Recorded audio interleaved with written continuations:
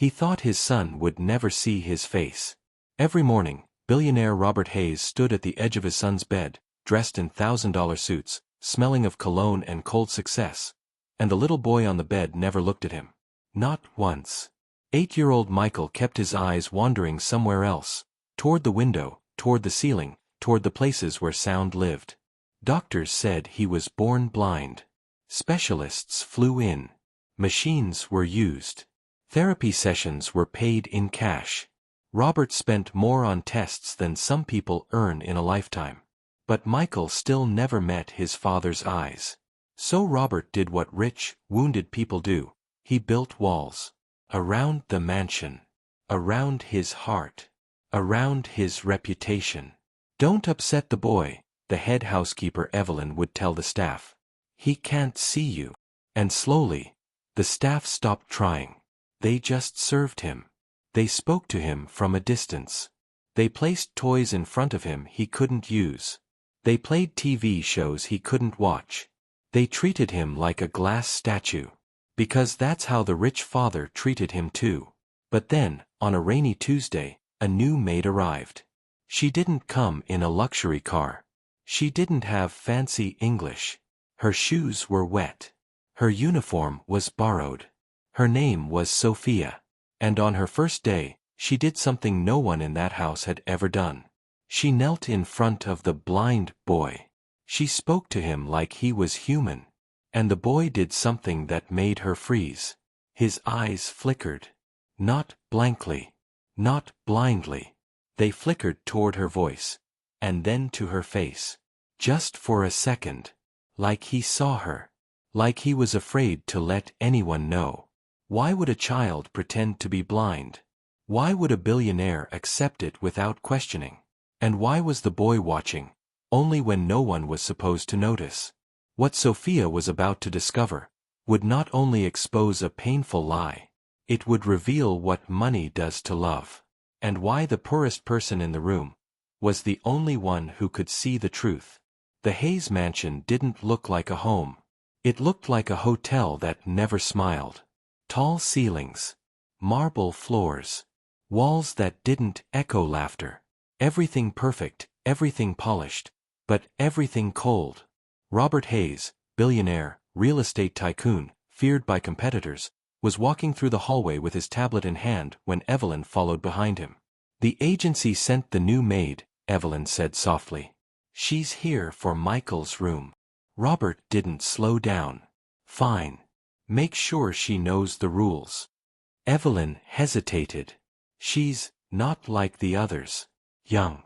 Maybe 24. Looks like she really needs the job." Robert stopped, finally looked up. "Needing the job doesn't make her qualified." "It might make her patient," Evelyn replied. He didn't answer. He just waved her off. Meanwhile, in the back quarters, Sophia stood with her hands clasped around her small bag. Her uniform was clean but clearly not new. She'd taken a bus. Walked the last half-kilometer in the rain. Her eyes were wide as she looked around at the chandeliers and gold frames. "These people live like this?" she thought. "Or log roti kaliya lar rahi hain." Evelyn approached her. "You're Sophia." "Yes, ma'am." "Don't call me ma'am. Call me Evelyn." Sophia nodded quickly. "I'll work hard. I can cook, clean, take care of children." "You'll do only what we tell you," Evelyn cut in, but her tone wasn't cruel. More careful. "And one more thing. Don't get offended if the boy doesn't respond." "The boy. Mr. Hayes's son. Michael. He's blind." Evelyn's voice dropped. "Born that way. So talk gently. Don't make noise. Don't move furniture around. He memorizes positions." Sophia's face softened. "Oh, okay. I understand."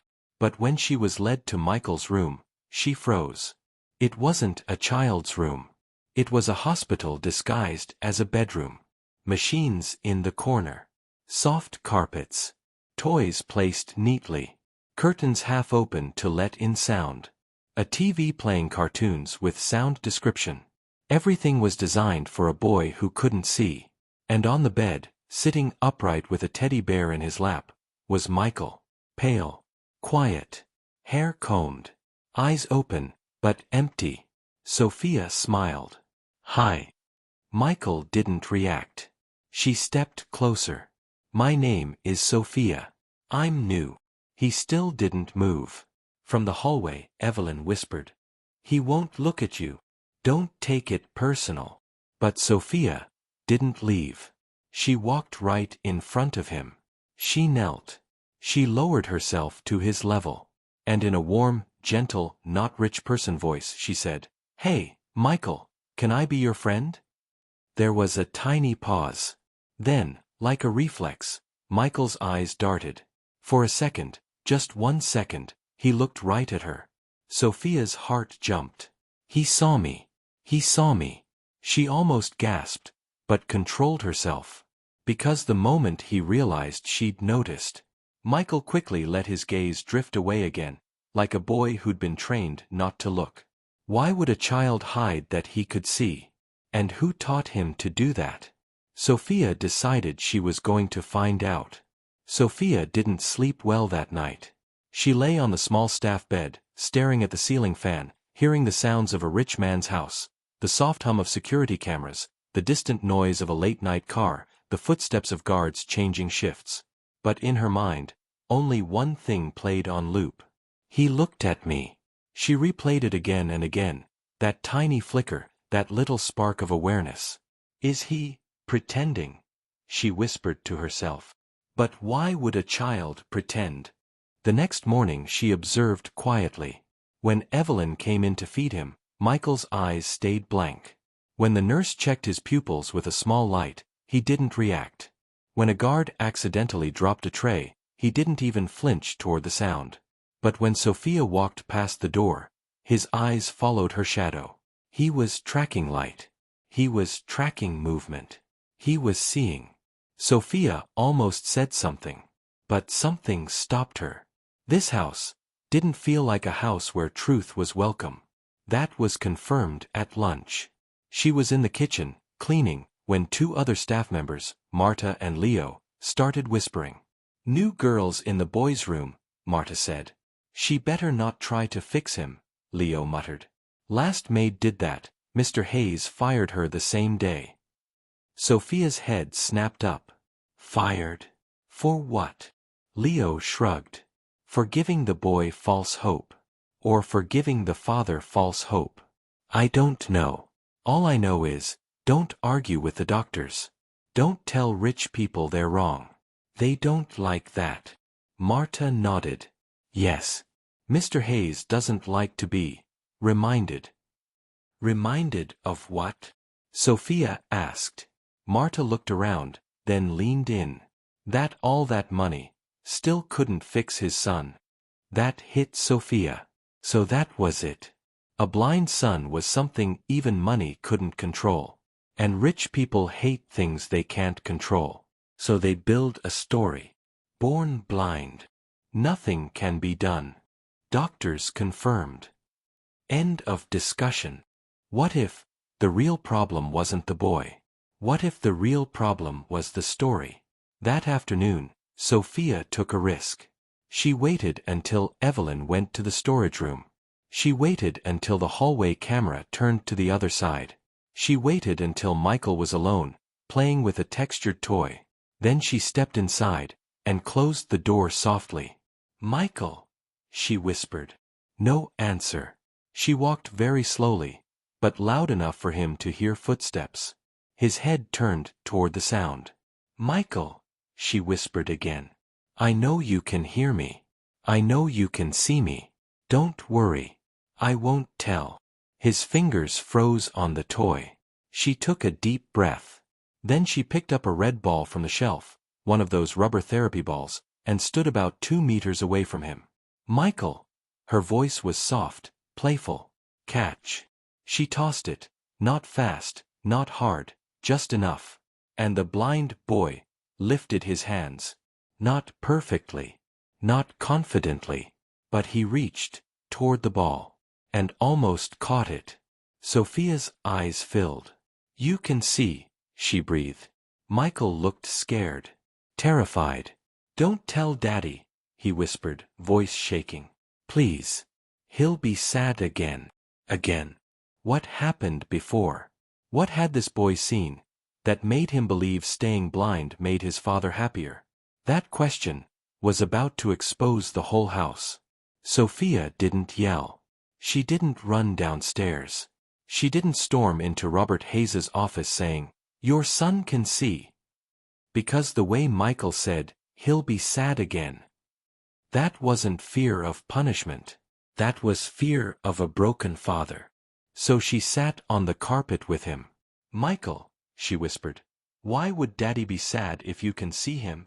Michael held the ball to his chest like a shield. Because he tried already. Tried what? He brought many people. Many doctors. Michael frowned, as if remembering. They made me look at lights. They made me sit still. They talked to Daddy in the hallway. Daddy came back with wet eyes. Wet eyes. The billionaire cried. Sophia swallowed. What did he say? She asked softly. He said. Michael imitated a deep voice. It's okay, buddy. You don't have to try. Daddy loves you just like this. Michael blinked. So I didn't try. Sophia's heart broke. This child stopped trying because he didn't want his father to feel like a failure. That's what no one in that mansion understood. The staff thought the boy was weak. The father thought the boy was broken. But the boy was protecting the father. Has he ever seen you look at something? Sophia asked. Michael shook his head quickly. No. I don't look. I listen. Who told you not to look? He looked toward the door, scared. Miss Evelyn. Sophia froze. Evelyn. The careful, kind, loyal head housekeeper? Why? She said Daddy's heart hurts when I try too hard, Michael whispered. She said Daddy blames himself. She said if I stay like this, Daddy will stop being angry. Angry. So Robert used to be angry. Maybe at the doctors. Maybe at the world. Maybe at himself. And Evelyn, loyal to the boss, did what she thought would protect him. She kept the boy blind. She froze him in time, so the father didn't have to face hope again. That's what money does sometimes, Sophia thought. It gives you the power to keep everyone in your pain. But Sophia didn't believe in that. Michael, she said quietly, do you want to see? His eyes lifted, this time without hiding. Yes, he whispered. I want to see Daddy. That was it.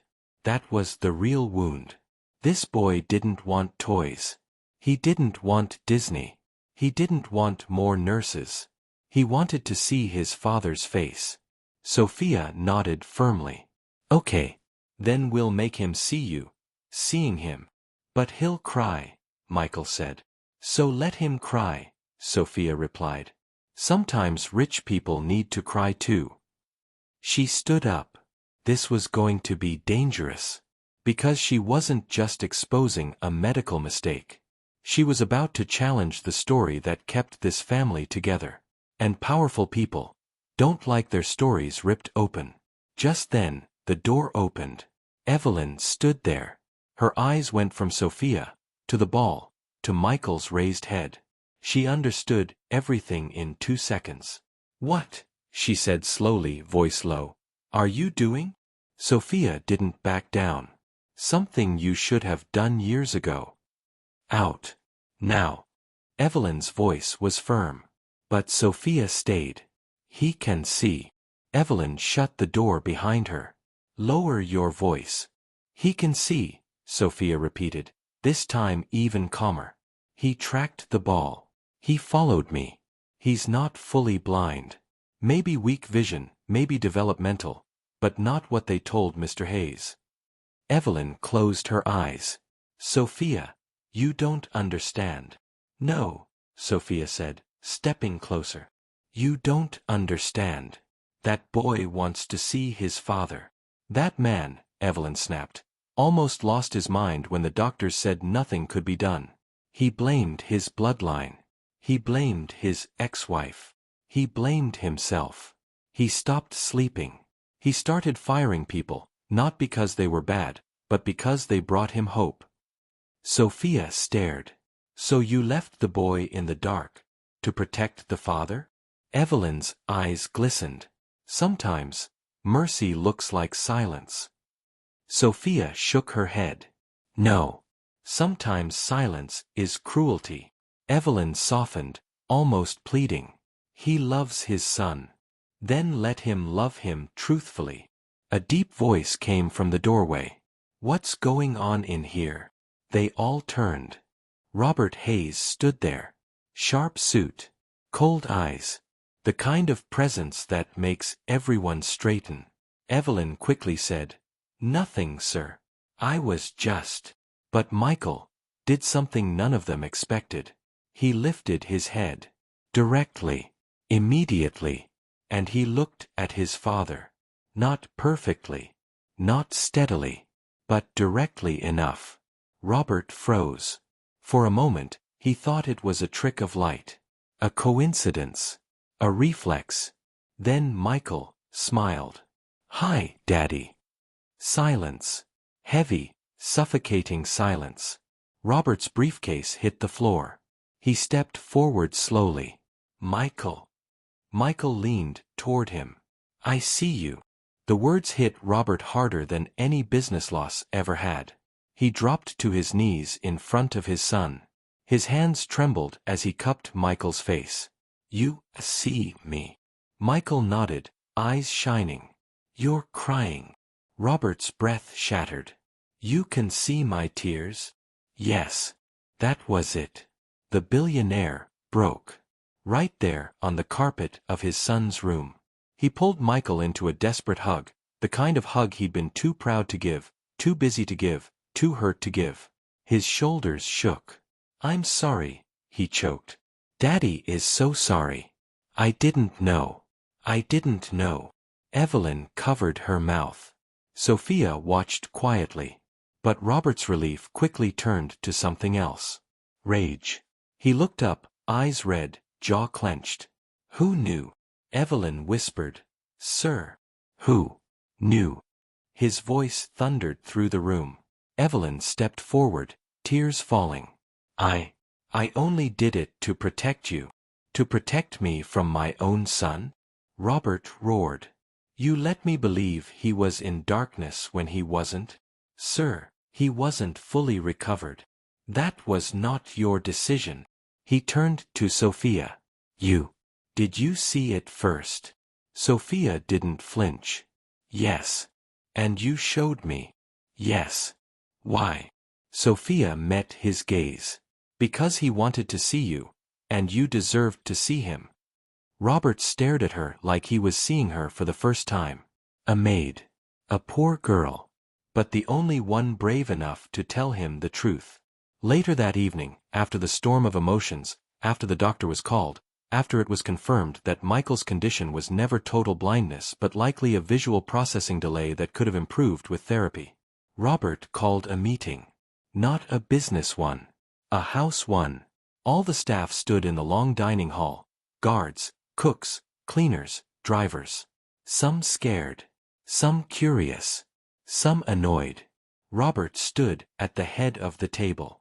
Michael sat beside him, eyes wandering, but now braver to look. Evelyn stood apart, eyes swollen. Robert spoke slowly. For years, I believed something about my son. I believed nothing could help him. I believed I failed him at birth. So I built a story. And I paid people to keep that story alive. The staff stayed silent. That, he said, voice tight, is not love. That is fear. He turned to Evelyn. You were loyal. But you were loyal to my pain, not to my son. Evelyn sobbed. I thought if I brought you hope again, and it failed. You should have let me fail, Robert said softly. Fathers should be allowed to try, even if it hurts. Then he did something the staff did not expect from a billionaire. He looked at Sophia. The only person in this house who treated my son like a child, not like a diagnosis, was her. Some staff exchanged looks. One of the drivers muttered, "She just wanted to impress the boss." Robert heard him. His eyes narrowed. No. She wasn't trying to impress me. She was willing to be fired to tell me the truth. That shut everyone up. Then Michael tugged at his sleeve. "Daddy, tell them." "Tell them what, buddy?" "That they can talk to me now." Robert smiled through wet eyes. You heard him. He faced the staff. "From today, nobody will ignore my son. Nobody will talk over him. Nobody will talk about him like he isn't in the room. Nobody will bully or belittle anyone here because they're poor, or because they came from the agency, or because their English isn't perfect." His gaze landed on the driver who'd mocked Sophia. Because today, the poorest person in this house had the clearest vision. Sophia's eyes watered. Robert looked back at her. "What do you want?" She blinked. "Sir, you saw the truth. You protected my son. You didn't have to. What do you want?" Sophia took a shaky breath. "I just want him to get real treatment. Real therapy. Not be locked in a golden room." Robert nodded. "Done. And," she hesitated, then spoke from her heart, "and maybe, don't treat people like they can't tell you things. Rich log aksar and hey nahi hote, sir, bas sunti nahi." The room was silent. Then, to everyone's shock, the billionaire laughed. A real one. "You're right," he said. "I was the blind one." He walked over to Sophia and shook her hand. "Thank you for helping my son see me." Michael looked up and, for the first time, traced his father's face with his eyes, and smiled. He saw his father's love. His father saw his courage. And a maid from nowhere fixed what money couldn't. If you had discovered this truth, that the child wasn't really blind, just protecting his father's feelings, what would you have done? Stayed quiet to keep the job, or spoken up and risked everything? Tell me in the comments. I want to see how many people choose truth over comfort. Speech balloon.